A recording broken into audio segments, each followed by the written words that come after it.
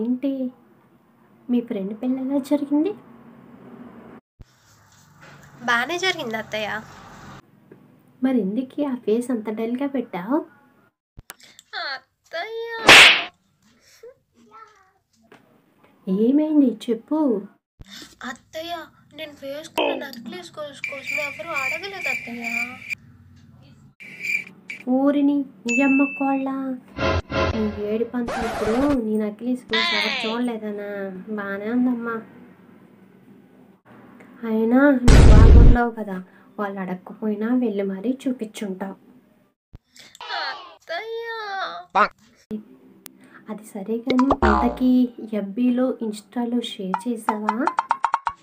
అక్కడ కూడా ఎవరు కామెంట్స్ పెట్టలేదు అత్తయ్య. నా నెక్లెస్ గొలుసు కోసం ఓన్లీ నా శారీ కోసం మాత్రమే పెట్టారు. వాళ్ళకి వచ్చింది.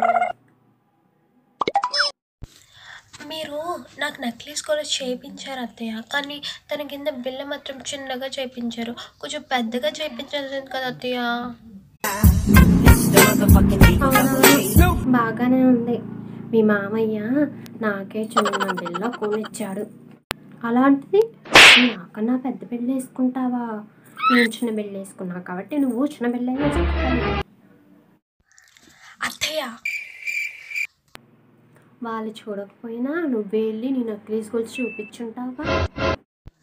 అది సరే కానీ మొన్న మా పక్కింటి సరోజ కేజీ బంగారం కొన్నది. దానికి వయసులో కేజీ బంగారం ఎందుకో కేజీ బంగారం వేసుకొని తిప్పుకుంటూ తిరుగుతుంది మన బజార్లో.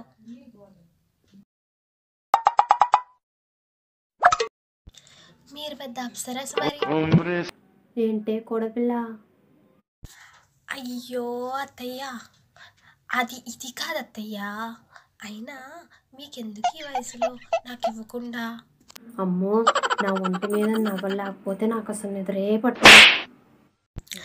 అలానే వేసుకొని పడుకోండి, కానీ ఏదో ఒక రోజు ఏదో ఒక విధంగా వచ్చి మీ నగలన్నీ ఎత్తుకుపోతాడు. అప్పుడు తెలుస్తుంది మీకు. అవే మాటలే, నోరు ముయ్యి. నేను లేకపోతే మీ మామయ్య ఉండలేరు.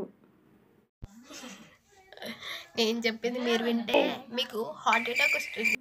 ఏంటి మీ పక్కింటి సరోజ మళ్ళీ ఆమె గొలుసుకుందా ఏంటి? చీచీ, ఎప్పుడు అదే గోల. మరి ఏంటి?